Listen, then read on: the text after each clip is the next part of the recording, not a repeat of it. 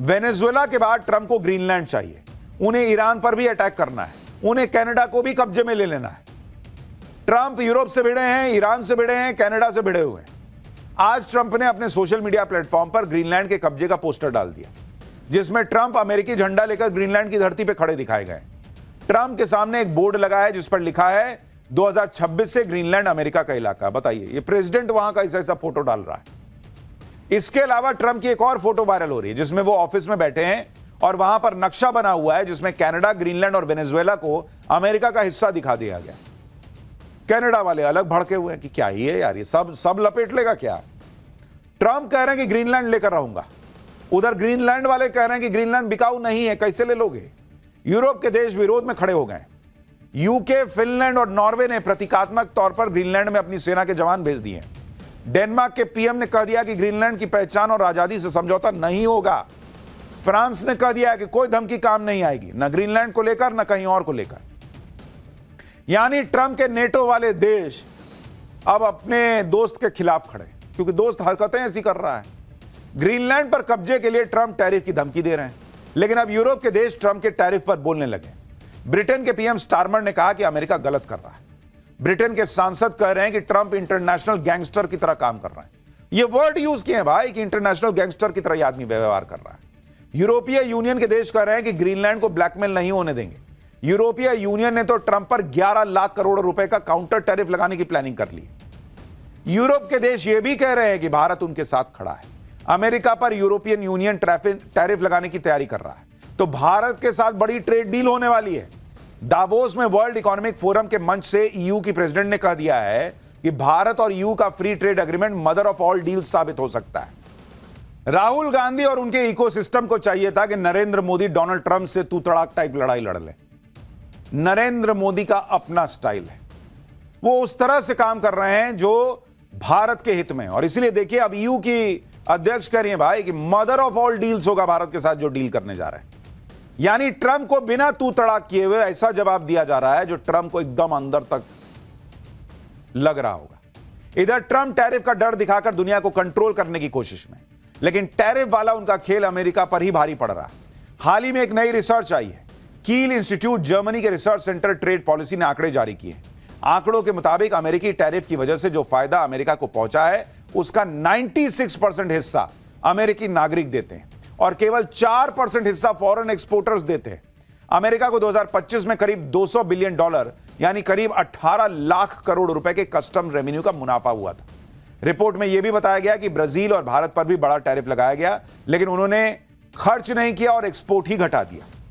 यानी रिपोर्ट कह रही है कि अगर 100 रुपया का अमेरिका जो है वो सामान जो है टैरिफ से कमा रहा है, तो उसमें से 96 रुपया जो है वो अमेरिका के लोगों की जेब से जा रहा है और लगाओ टैरिफ। और इधर भारत अपने हिसाब से चीजें करता चला जा रहा है।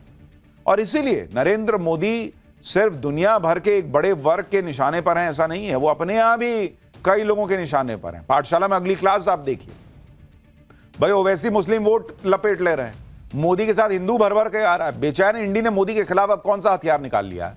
कभी मंदिर पे झूठ, कभी शंकराचार्य के अपमान का हंगामा। हिंदू को जोड़ते मोदी पर सबसे बड़ा कौन सा हमला शुरू हो गया है, आपको देखना चाहिए। सनातन की ऐसी लहर लेकर नरेंद्र मोदी आ गए कि इंडी वालों के पास ना तो इसका तोड़ है ना जवाब है। बिहार से लेकर महाराष्ट्र तक बिल्कुल क्लियर है कि हिंदू एक होकर वोट कर रहा है, बंटने को तैयार नहीं है, टूटने को तैयार नहीं। ऐसे में इंडी वाले बेचैन है कि करें तो करें क्या, क्योंकि जो मुस्लिम वोट एक मुश्त पड़ता था वो भी नहीं पड़ रहा, वो वैसे ही ले जा रहे हैं। हिंदू वोट जो बट के पड़ता था वो मोदी के नाम पे एक मुश्त पड़ने लग गया। तो भाई ऐसे में तो इंडी वालों के हाथ में कुछ नहीं बचेगा, ठन ठन गोपाल हो जाएगा। ऐसे में इंडी वालों ने मोदी के खिलाफ नया हथियार निकाल लिया और यह हथियार है हिंदुओं को जोड़ते नरेंद्र मोदी के खिलाफ सनातन को ही टूल बनाओ, हिंदू को तोड़ो। हिंदू जुड़ना इनके लिए सबसे बड़ी समस्या है भाई। और इसलिए आप देखिए, कभी मणिकर्णिका घाट के विकास और निर्माण कार्य के विरोध में फर्जी खबरें फैला रहे हैं झूठे कि मंदिर तोड़ दिए मोदी, मंदिर तोड़ दिए मोदी। मूर्तियों को नष्ट करने का आरोप लगा रहे हैं। खुद कभी कितने मंदिर इन्होंने बनाए बॉस।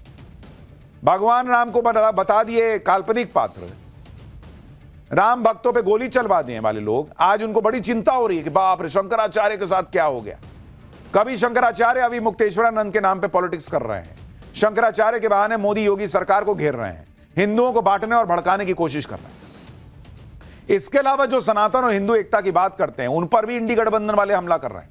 बाबा बागेश्वर के पीछे हाथ धो के पड़ गए। यह सब कैसे हो रहा है? कैसे झूठ और दुष्प्रचार से सनातन को ही मोदी के खिलाफ हथियार बनाया जा रहा है? और एक पूरी स्ट्रैटेजी जैसी चीज दिखती है आपको कि नहीं? खुद ये चैप्टर देख के बताइएगा। देखिए, पहले एक झलक देखिए।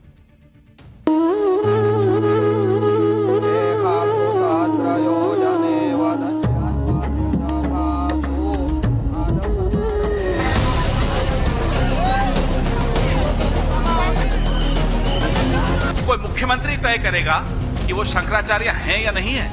आप हैं कौन? आपकी औकात क्या है? ये कौन है धीरेन्द्र? अब चोरों चक्का को कथावाचक बना रहे हो। लकड़ी माफिया से लेकर के कफन माफिया तक जो इस धंधे में है,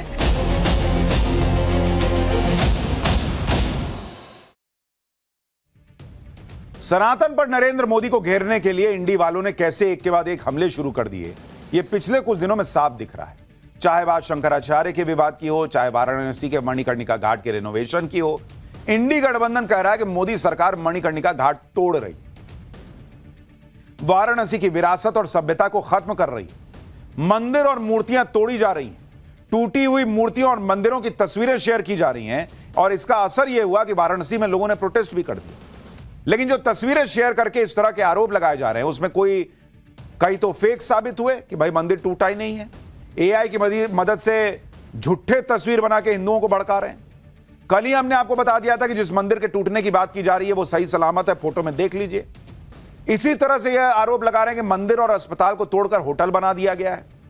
ये तस्वीरें वायरल की जा रही हैं, जबकि यह सच्चाई से कोसों दूर की बात है। दरअसल वाराणसी के राम घाट पर मेहता अस्पताल था, जो 2019 तक पूरी तरह से बंद हो चुका था। उसके बाद अस्पताल की जगह पर एक शानदार होटल बना। मंदिर तो वहां था ही नहीं। यह होटल पिछले ही साल शुरू हुआ था और इसका काम काफी पहले शुरू हो गया था। ना तो यह होटल मंदिर तोड़ के बना है, ना ही अस्पताल तोड़ के बना है। लेकिन सोशल मीडिया पर यह फैलाया जा रहा है कि मंदिरों के साथ अस्पतालों को भी तोड़ा जा रहा है। देखिए बॉस, यह बात सही है कि मणिकर्णिका घाट पर निर्माण काम तो चल रहा है, लेकिन जो भी विकास कार्य हो रहा है वो जलासेन घाट पर हो रहा है, जहां पर चिताएं जलाई जाती हैं। लेकिन राजनीति ऐसी हो रही है जैसे पूरा मणिकर्णिका घाट तोड़ दिया गया हो, सारे मंदिर मूर्तियां नष्ट कर दी गई। अब बवाल काट कौन रहे हैं? जिन्होंने बनारस में कितने मंदिर बनवाए, उन मंदिरों के बारे में कभी सोचा क्या? जिन्होंने काशी विश्वनाथ कॉरिडोर बनाने के बारे में कभी सोचा क्या? जिन्होंने महाकाल कॉरिडोर बनाने के बारे में कभी सोचा क्या? जो पूरे समय खड़े रहे कि कैसे बाबरी मस्जिद जो है उसका केस लड़ा जाए और बता दिया जाए कि भगवान राम जो है वो काल्पनिक हैं। आज ऐसा इकोसिस्टम एक्टिव हो रखा है कि बाप रे बाप, मंदिर टूट गया, मूर्ति टूट गई, और वो भी फर्जी वीडियो डालकर। इन सारे आरोपों के बीच संत समिति के महामंत्री स्वामी जितेंद्रानंद सरस्वती ने मणिकर्णिका घाट का दौरा किया। और इस दौरे के बाद जितेंद्रानंद सरस्वती ने कहा कि विकास कार्य से जिन लोगों को तकलीफ हो वो इसका विरोध कर रहे हैं। लकड़ी माफिया से लेकर कफन माफिया तक ने घाटों पे कब्जा कर रखा है और उनको तकलीफ हो रही है। आप बताइए ना कि लकड़ी के माफिया कौन है उन घाटों पर, इससे किसको नुकसान होने वाला है? इन विकसित हो जाने से चिताओं को जलाने के लिए बड़ी मात्रा में धन मांगने वाले लोग कौन है? तो भाई, डोम परिवारों का तो हजारों वर्षों से जितना टैक्स मिलता है, जितना टका टैक्स, उतना ही मिलेगा। परंतु ये लकड़ी माफिया से लेकर के कफन माफिया तक जो इस धंधे में है, ये इनका उद्योग प्रभावित हो रहा था। तो स्वाभाविक है कि उनके पीछे कोई न कोई राजनीतिक ताकत लगेगी और वो इसका विरोध करेंगे। मणिकर्णिका घाट को लेकर राजनीति अभी भी जारी है। पूरी कोशिश है कि किसी तरह से हिंदुओं के अंदर यह भ्रम पैदा कर दो कि मोदी हिंदू विरोधी काम कर रहे हैं। आप देखिए, इसी तरह से प्रयागराज में शंकराचार्य अभिमुक्तेश्वरानंद सरस्वती को लेकर विवाद हो गया। इस पर कांग्रेस और अखिलेश यादव जमकर पॉलिटिक्स कर रहे हैं। शंकराचार्य को मौनी अमावस्या के स्नान में प्रशासन ने पैदल जाने के लिए कह दिया कि 50 मीटर पैदल चले जाइए। शंकराचार्य पालकी और रथ में सवार होकर जा रहे थे। इसी मुद्दे पर विवाद बढ़ गया। मेला प्रशासन ने जब शंकराचार्य की बात नहीं मानी तो शंकराचार्य बिना स्नान किए वापस चले गए। इस मुद्दे को अखिलेश यादव से लेकर कांग्रेस उठा लिए। अखिलेश यादव ने तो शंकराचार्य अभिमुक्तेश्वरानंद से फोन पे बात की और मेला प्रशासन की आलोचना करने के साथ साथ यूपी सरकार को खरी खोटी सुना दी।